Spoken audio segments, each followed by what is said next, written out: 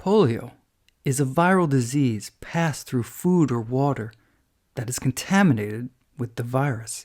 It could also spread directly from an infected person to another, and it was particularly active during the warmer months of the year.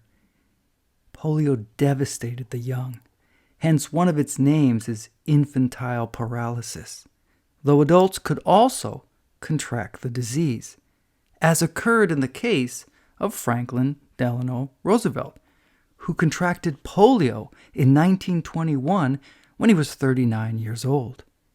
FDR later became the 32nd President of the United States, elected to 4 terms of office, serving between 1933 and his death in 1945, all along while hiding the extent of his paralysis to avoid the public ramifications of the cultural stigma against physical disabilities at the time and the perceptions of inadequacy. His strength in office clearly contradicted such perceptions, but the deception continued. Reflecting on changing attitudes over the decades, note the presentation of FDR at the FDR Memorial in Washington, D.C. that was unveiled in 1998, 5 decades after his death.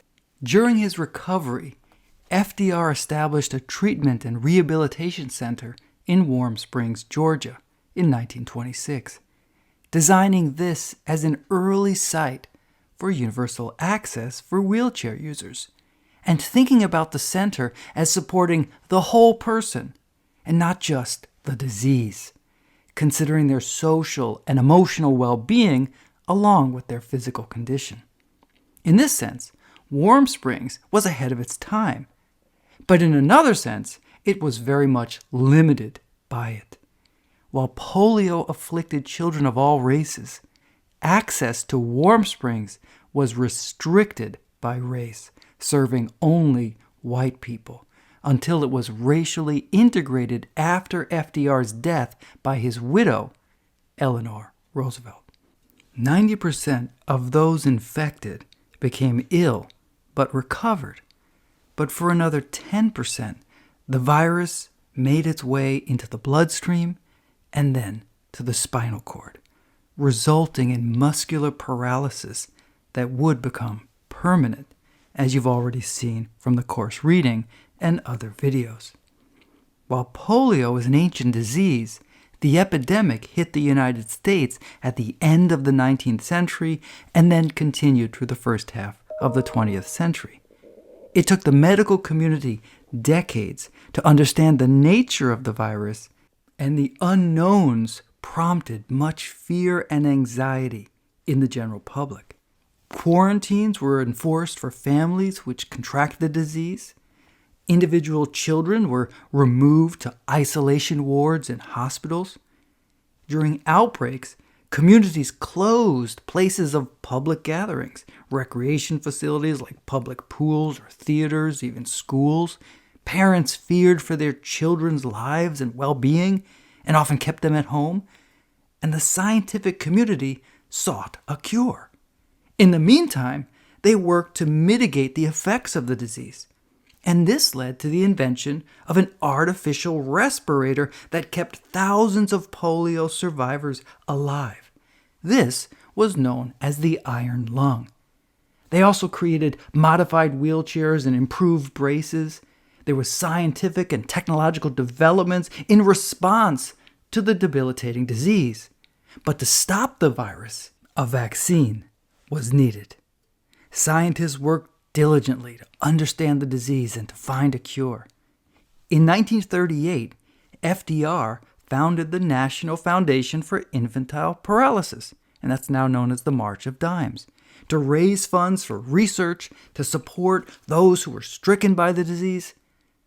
The foundation helped fund the work of Jonas Salk, who developed a vaccine which, in 1954, underwent a human trial to test its effectiveness and its safety. The University of Michigan ran the test, and the U.S. government approved the vaccine in 1955, and vaccinations began, resulting in the elimination of the virus in the United States in the early 1960s, and it's largely been eliminated around the world since that time. And it should be noted that Jonas Salk intentionally did not patent the vaccine, foregoing any possibility of profiting financially from it so that it could more easily be available throughout the nation and the world. As an addendum, UC San Diego students may note adjacent to the campus is the Salk Institute for Biological Studies, which was founded by Jonas Salk in 1963 and continues on in the path of medical research. Now, as we have seen in this course, polio survivors are among the disability rights champions that we've covered in our course, including Ed Roberts and Judy Heumann, as well as Justin Dart, a prime mover in the passage of the pivotal civil rights legislation in 1990, the Americans with Disabilities Act, about whom you will learn shortly. And let me add to our list the historian Paul K. Longmore, who helped develop the field of disability studies.